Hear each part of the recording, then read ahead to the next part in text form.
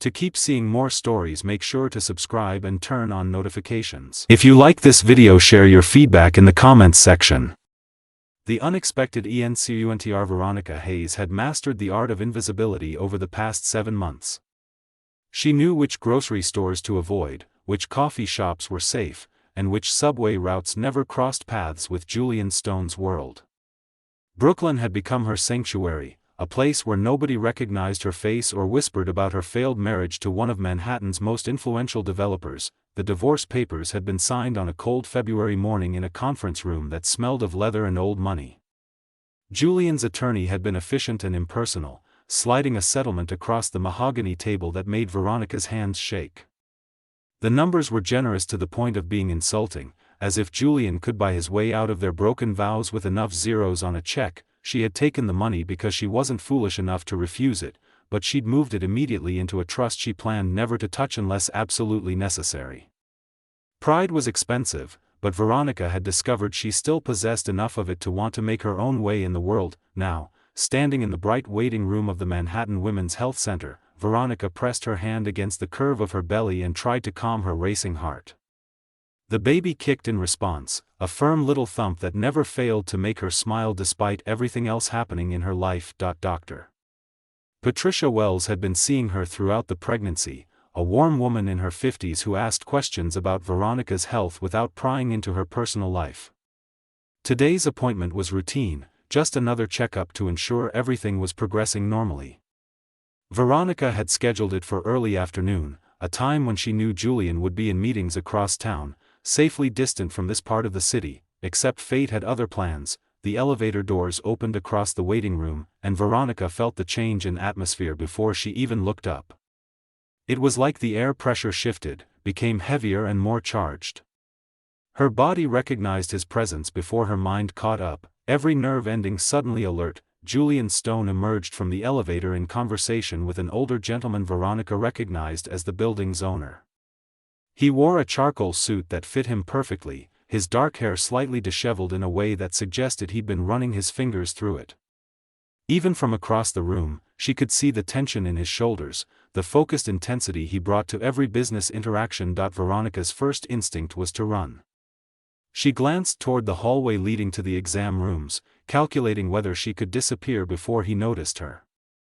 But her body felt frozen, her feet rooted to the carpet as if the universe had decided this moment was inevitable. Julian shook hands with the building owner, still absorbed in whatever discussion they were having.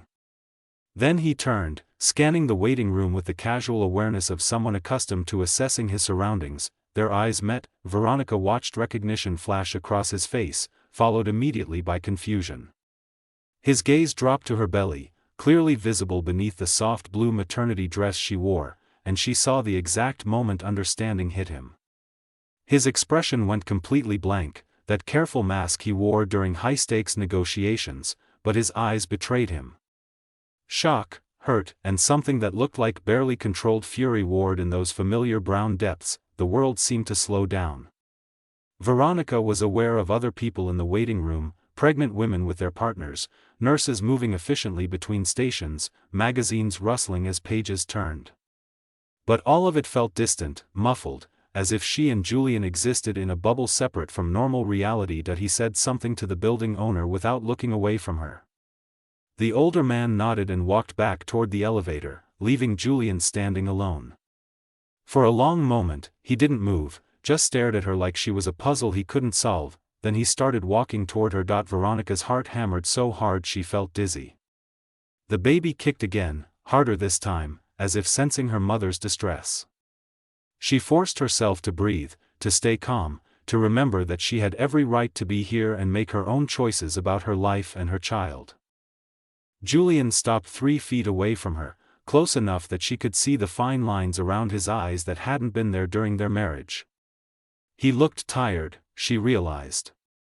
Not just physically exhausted, but worn down in a way that suggested months of difficult nights. His voice, when he finally spoke, was carefully controlled. Veronica, just her name, nothing else, but she heard volumes in the way he said it.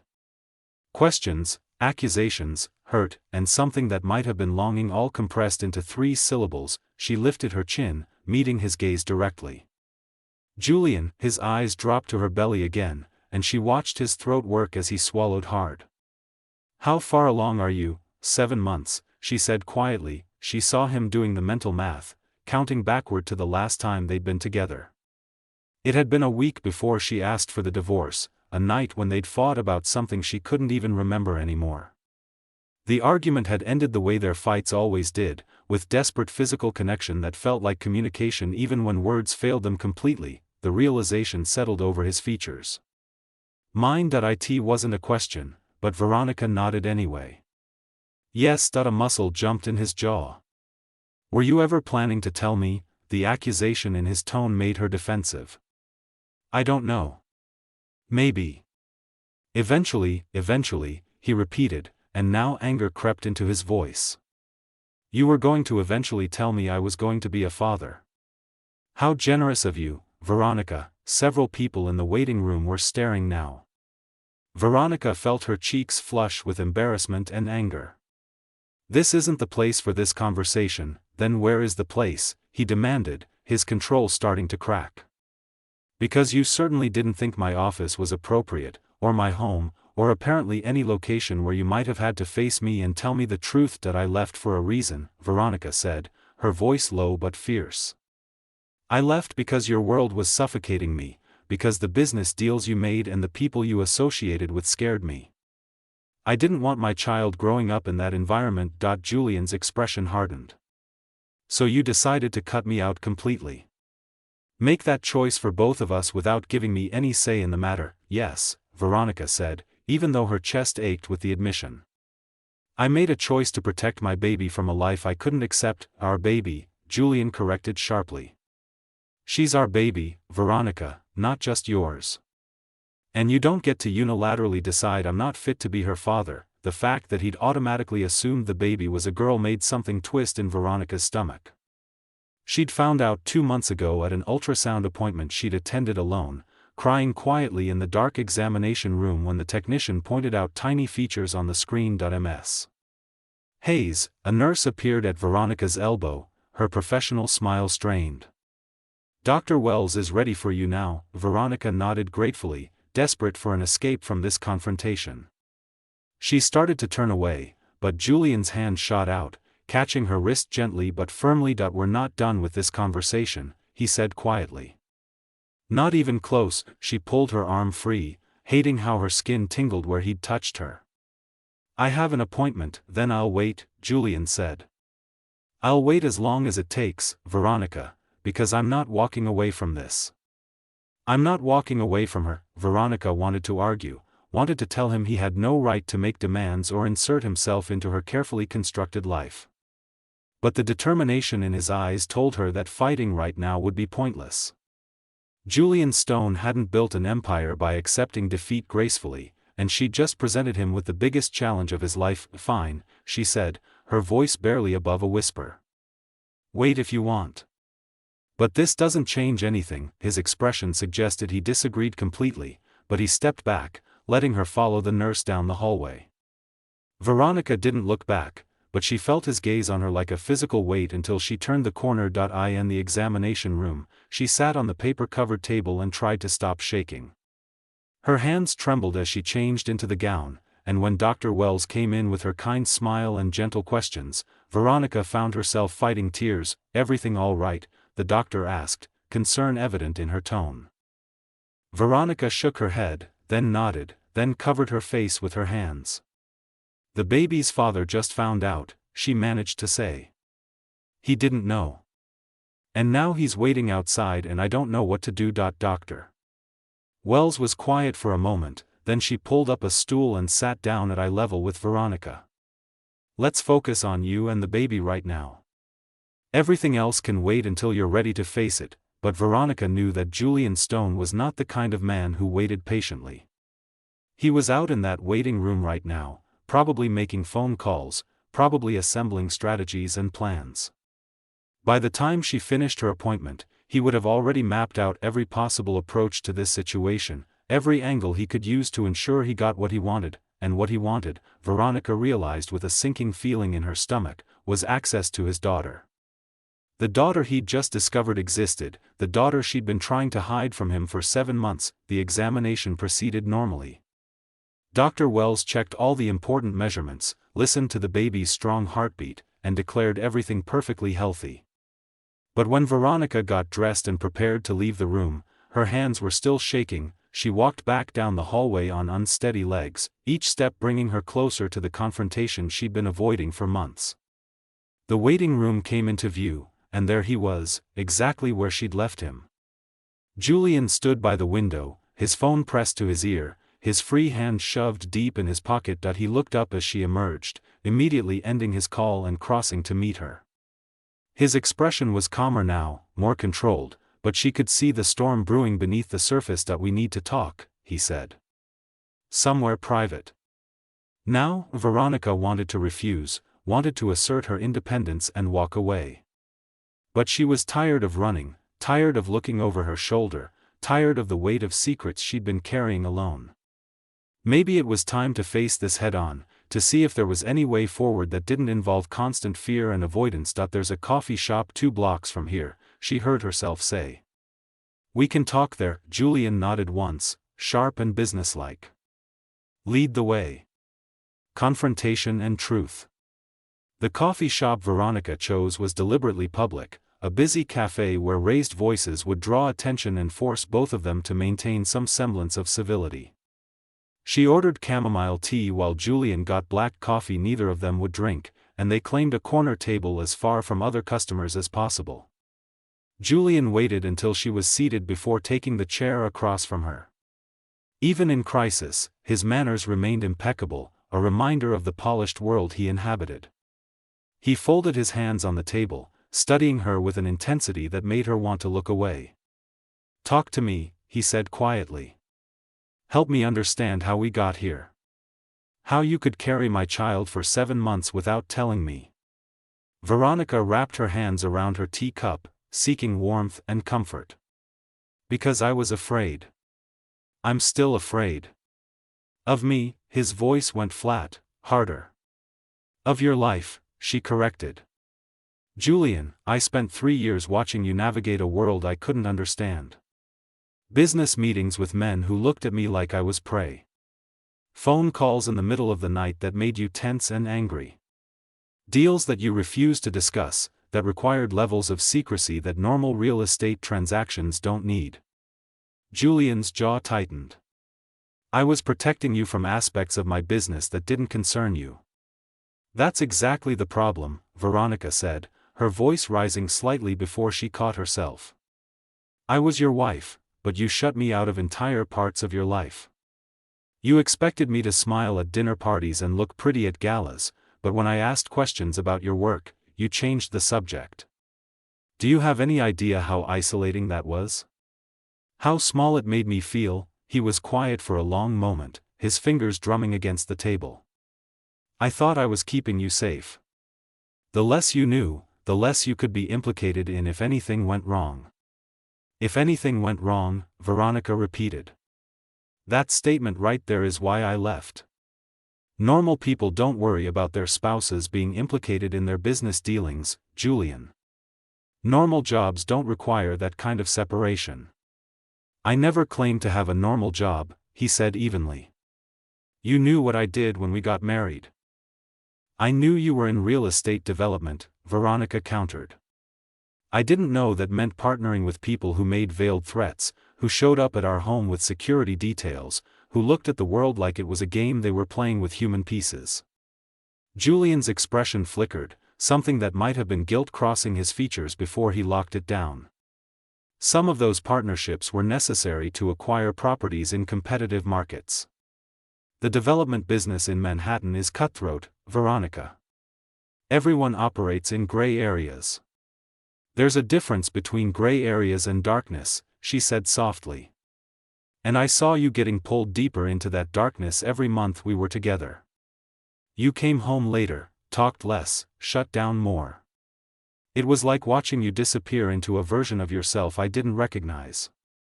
He looked away, staring out the window at the street beyond. When he spoke again, his voice was rough. Is that why you stopped wearing your ring 3 months before you asked for the divorce? Because you didn't recognize me anymore?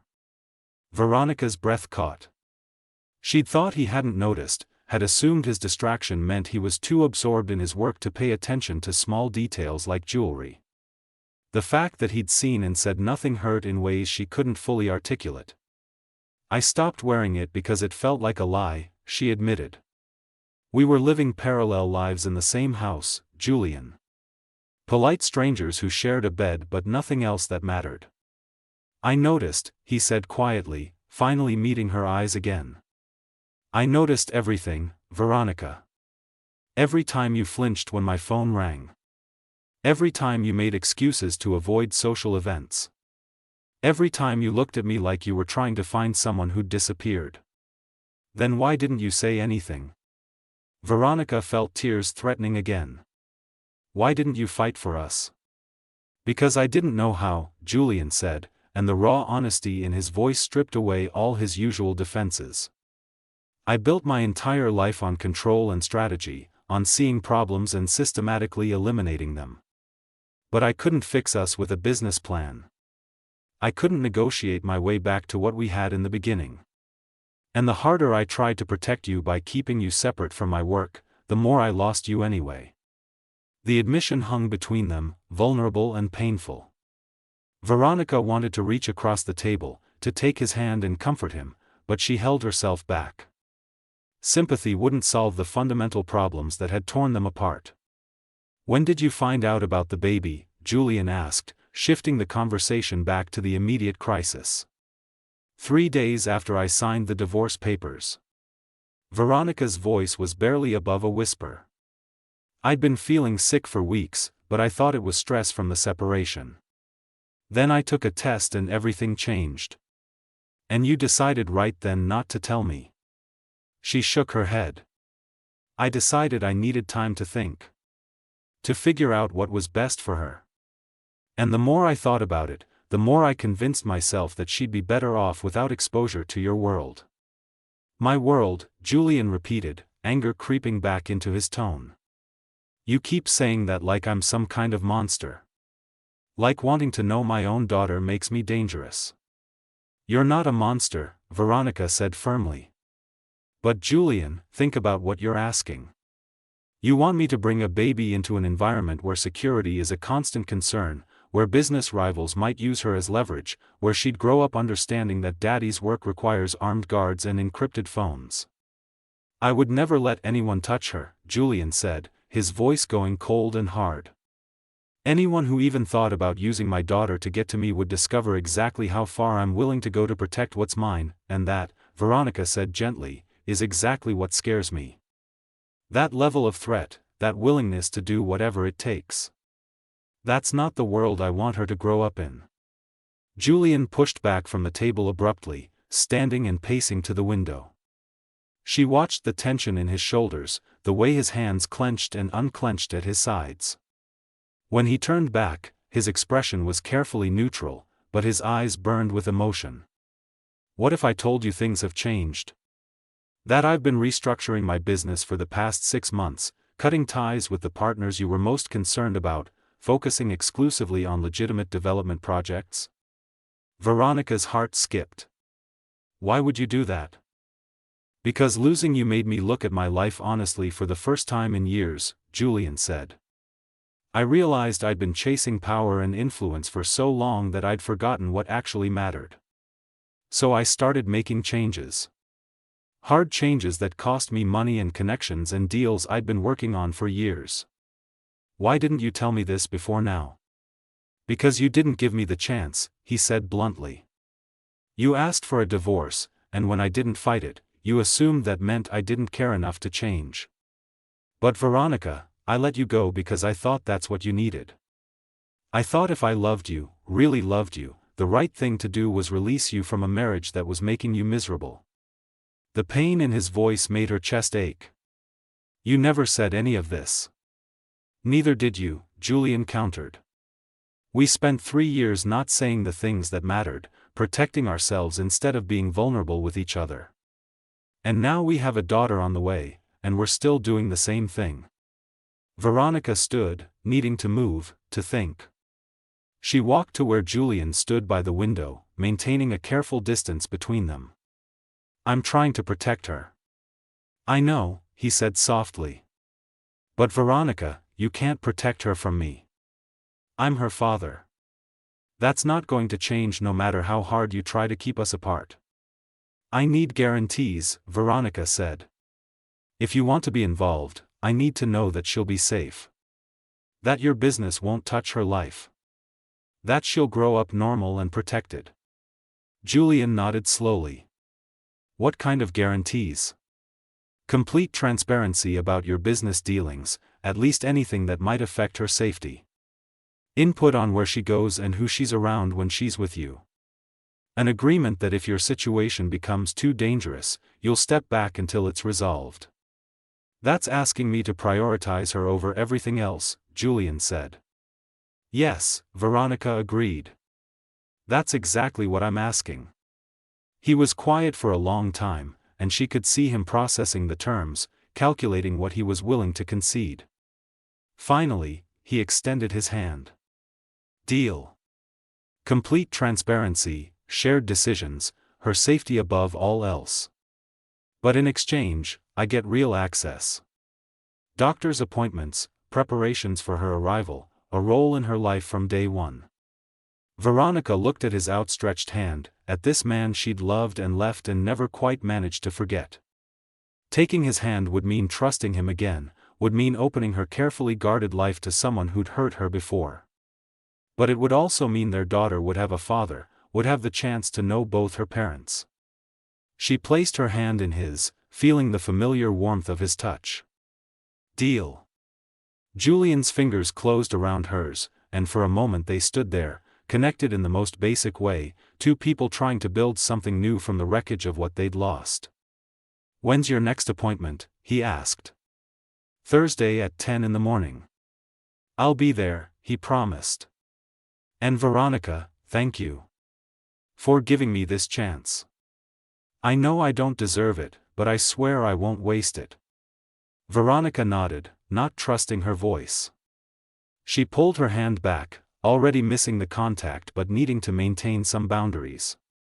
"This doesn't mean we're getting back together. We're co-parents, that's all." Something flickered in Julian's eyes, disappointment or acceptance or maybe hope. "I understand. One step at a time." They left the coffee shop together, and Julian insisted on walking her to her apartment building. The silence between them wasn't comfortable, but it wasn't hostile either. Just two people navigating uncertain territory, trying to find their way forward. At her door, Julian hesitated. "Can I ask what you're planning to name her?" Veronica smiled despite herself. "Lily Grace. I've been calling her Lily in my head for months now." "Lily Grace," Julian repeated softly, testing the name. "It's perfect. She's going to be perfect." "Yes," Veronica agreed. "She is." Julian took a step back, shoving his hands in his pockets. "I'll see you Thursday then. And Veronica, if you need anything before then, anything at all, call me. Please." She nodded, watching as he walked away down the hall. Only when he disappeared into the elevator did she unlock her door and step inside, leaning against it and finally letting herself process everything that had happened. Her phone buzzed with a text message. Julian's name appeared on the screen with a simple message that made her smile despite everything, already looking forward to Thursday. "Get some rest." Veronica placed her hand on her belly, feeling Lily moving inside her. "Well, baby girl," she whispered, "your father knows about you now. I guess we're about to find out if people really can change." Slowly, carefully, they began rebuilding something that felt like friendship. They shared meals and talked about parenting philosophies and debated baby products with an intensity that sometimes made them both laugh at themselves. And gradually, Veronica felt her guard lowering, felt herself remembering why she'd fallen in love with this man in the first place. One evening 3 weeks before her due date, Julian brought dinner and books he'd ordered about infant development. They sat on her couch, comfortable in a way they hadn't been during their marriage, and Veronica caught herself watching him instead of the television. "What?" Julian asked, noticing her gaze. "You're different," she said softly. "More present. More real." "I'm trying to be the person you needed me to be 3 years ago," Julian admitted. "Better late than never, I hope." Veronica felt her heart clench. "What changed, Julian? Really?" He set down his fork, turning to face her fully. "Losing you changed me. Sitting in that penthouse alone night after night, realizing I'd traded everything that mattered for power I didn't actually need. I started asking myself what I was building and why. And I didn't like the answers." "So you restructured your entire business," Veronica said. "That must have cost you." "It cost me money and connections," Julian agreed. "But it gained me something more valuable. Peace of mind. The ability to sleep at night. The knowledge that when my daughter asks me what I do, I can answer honestly without worrying about what she'll think of me." The vulnerability in his words undid something in Veronica. She reached out, taking his hand without thinking. "I'm proud of you. I know that wasn't easy." Julian's fingers intertwined with hers, and the connection felt electric despite its simplicity. "Nothing worthwhile is easy. You taught me that." They sat like that for a long moment, hands clasped, years of hurt and distance somehow bridged by honesty and effort. When Julian finally left that night, he kissed her forehead gently, a tender gesture that felt like both hello and goodbye. "Call me if you need anything," he said as he always did. "Anything at all, any time." 2 weeks later, Veronica woke at 4 in the morning to sharp pain radiating through her abdomen. She lay in bed timing contractions, trying to decide when to call Julian, not wanting to alarm him too early. But when her water broke at 5:30, she didn't hesitate. He answered on the first ring, his voice alert despite the early hour. "Are you okay?" "It's time," Veronica said, her voice shaking. "Julian, the baby's coming. I'm on my way. Don't move, don't do anything. I'll be there in 15 minutes. He made it in 12, bursting through her door with wild eyes and the hospital bag they'd packed together. He helped her change clothes, gathered her things, and supported her through contractions with steady hands and soothing words. The drive to the hospital passed in a blur of pain and Julian's calm voice counting breaths with her. At the hospital, he stayed by her side through admission and examinations, holding her hand and refusing to leave even when contractions made her squeeze hard enough to hurt him. Labor lasted 8 hours long.